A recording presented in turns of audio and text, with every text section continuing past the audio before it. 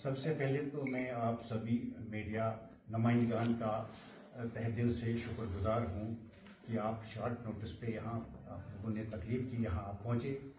आज की press conference की गर्जोगाई ये है कि हाल ही में जो हमारे माइनॉरिटी मोर्चा के जो डिस्ट्रिक्ट प्रेसिडेंट हैं हमारे मोहतरम मंसूर साहब मत्तू और ये पूरी टीम, हमने एक प्रोजेक्ट बनाया था कि किश्तवाड़ के लिए खासकर जो हमारी यहाँ दरगाहें हैं शाह फरीदुद्दीन बगदादी रहमतुल्लाह अलैह और शाह असरारुद्दीन बगदादी रहमतुल्लाह अलैह के बारे में, तो उसमें हम सबसे ज़्यादा शुक्रगुजार हैं यहाँ के एमएलए शगुन परिहार जी की और पाटर कॉन्स्टिट्यूंसी के एमएलए श्रीमान सुनील शर्मा जी की, जिनकी अनथक कोशिशों से जो गवर्नर साहब तक अप्रोच की उन्होंने और खासकर हमारे एडमिनिस्ट्रेटर फिरदौस अहमद भवानी साहब को अनथक कोशिशों से, और हाल ही में जो गवर्नर साहब ने यहाँ हमारी दोनों दरगाहों के लिए ये 225 करोड़ ये 2.25 करोड़ रुपया जो फंड्स वागुजार की है हमारे यहाँ ज़ियारतों की ब्यूटिफिकेशन के लिए, इसके लिए जो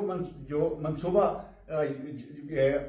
राही अमल जो इन्होंने दोनों इसमें शगुन जी का और सुनील शर्मा जी का, इनके हम बड़े मशकूर ममनून हैं और गवर्नर साहब के भी और एडमिनिस्ट्रेटर के भी कि जिनकी काउशों से जो यहाँ पे हमें 2.25 करोड़ रुपए फंड्स इन दोनों ज़ियारतों की ब्यूटिफिकेशन के लिए वागुजार की। और यह पहली बार हिस्ट्री में कि सरकार की तरफ से आज तक कोई भी फंड्स वागुजार नहीं हुई थी, यह पहली बार ऐसा हुआ है। इसके लिए हम दोनों एमएलएस का, एडमिनिस्ट्रेटर का और मंसूर साहब का जो यहाँ मुस्लिम कम्युनिटी को रिप्रेजेंट करते हैं पार्टी के अंदर, इनकी काउशों से और उसके अलावा जो मजीद कुछ नए प्रोजेक्ट्स हैं उन पे भी काम चल रहा है, तो इस सिलसिले में आज हम इनके शुक्रगुजार हैं। इसलिए आज हमने ये प्रेस कॉन्फ्रेंस बुलाई थी क्योंकि यहाँ पर ये जो 2 दरगाहें हमारी हैं ये एक तारीखी दरगाहें हैं। यहाँ पर दोनों कम्युनिटीज हिंदू और मुसलमानों की आस्था जुड़ी है यहाँ पर इन दोनों दरगाहों के साथ,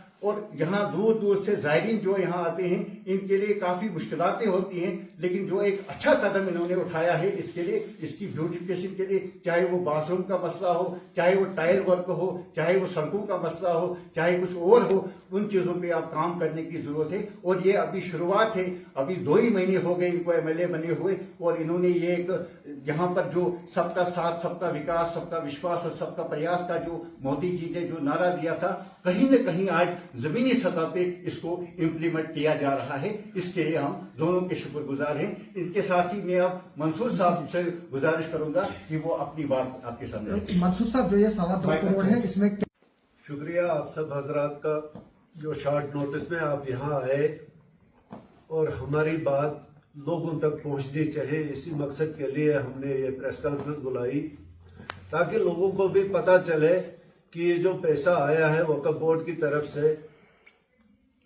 इसका इस्तेमाल जो है वो दोनों ज़ियारतों पे ब्यूटिफिकेशन के लिए और ज़ायरीन की सहूलियत के लिए यहाँ होगा।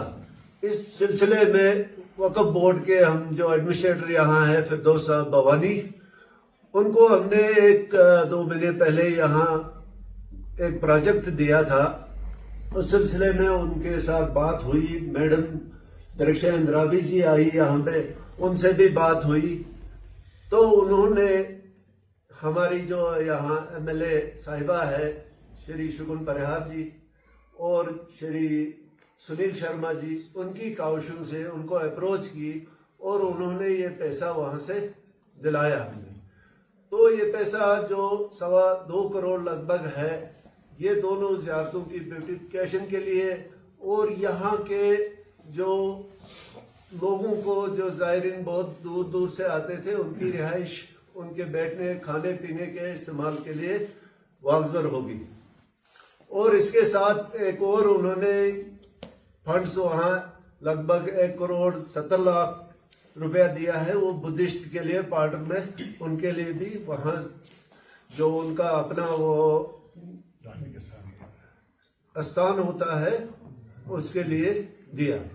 तो यहाँ मैडम के साथ हमारी एक और बात हुई थी, मैं आपको ये भी बता दूं, यहाँ एक गेस्ट हाउस, असरारिया गेस्ट हाउस के नाम से यहाँ बहुत जल्द उसका भी हमने प्रोजेक्ट दिया है, तो वो भी यहाँ काम शुरू होगा। उसकी भी संग बुनियाद मैडम के हाथों यहाँ पे होगी और हमारे एमएलए साहब दोनों जो हैं वो भी इसमें शरीक होंगे। उनका हम शुक्रगुजार हैं और लोगों को ये बताना चाहते हैं, एक मैसेज देना चाहते हैं कि ये जो आज का हमारा सिस्टम जो है, इसको आप इस लाइन में मत सोचो कि ये उस पार्टी से है या ये इस पार्टी के साथ है, लेकिन ये कुछ नहीं, बिला लिहाज मजहब और मिलत हर एक काम करना चाहता है। यहाँ पे लोगों को आगे आना चाहिए, वो हमें बताए कहाँ क्या जरूरत है उनके लिए। हमारे मंसूर साहब, हमारा एक सवाल है, माइनॉरिटी मोर्चा का एक ओहदेदार सोशल मीडिया पर एक वीडियो वायरल होती है जिसमें वो ये कहता है कि प्रेस कॉन्फ्रेंस है, ज़्यादा- आशा साहब, वो आपको सवालों का जवाब देने पड़ेंगे तो आप किसके ज़्यारत की बात जवाब करते हो, तो जो ज़्यारत आपका भारतीय जनता पार्टी के माइनॉरिटी मोर्चा का एक ओहदेदार जो एडमिनिस्ट्रेटर के खिलाफ ये बोलता है कि हमें बताइए जी, कुछ वो फिक्स अमाउंट की बात करता है, हमें बताइए कि वो पैसा कहाँ लगा। हालांकि वो आपका ही बीजेपी का एक माइनॉरिटी मोर्चा का एक ओहदेदार है। सोशल मीडिया पर हमने ये सवाल देखा, सोशल मीडिया पर वो खुद ही सवाल खड़े करता है, इसके ऊपर क्या का कहते वो हैं? अहदेदार नहीं है, आपको गलत किसी ने बताया है। वो माइनॉरिटी मोर्चा का अहदेदार नहीं है, अहदेदार मैं हूँ, डिस्ट्रिक्ट प्रेसिडेंट मैं हूँ और बाकी मेरी टीम जो है हमारे साथ बैठे हैं, आसिफ साहब है, सुनीर साहब है, शाकिब साहब है। वो माइनॉरिटी मोर्चा का नहीं, उसको भी कुछ गलतफहमी हुई थी, वो भी दूर हो गई उसको। तो उस बात को लेके हमने ये नहीं, आज ये जो प्रेस कॉन्फ्रेंस बुलाई है उसके लिए नहीं बुलाई है।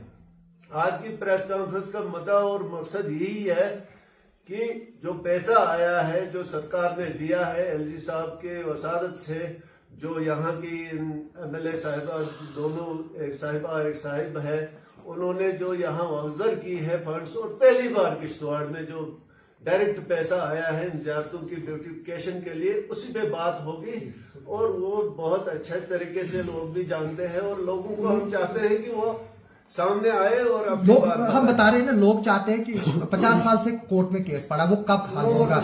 आईटीआई का मसला पड़ा है, वो कब होगा? और क्या पार्टी कोई व्हाइट पेपर दिखाएगी कि क्या क्या कितना पैसा है, क्या है, और जो जमीनें लोगों के पास पड़ी हैं उनको कौन वापस लाएगा? आसिफ साहब, आपकी बात बहुत अच्छा सवाल। 50 साल से कोर्ट में केस पड़ा, क्या वो अभी भी चलता रहे? कोर्ट के साथ ये मसला जो चल रहा है उसमें हम नहीं जाएंगे।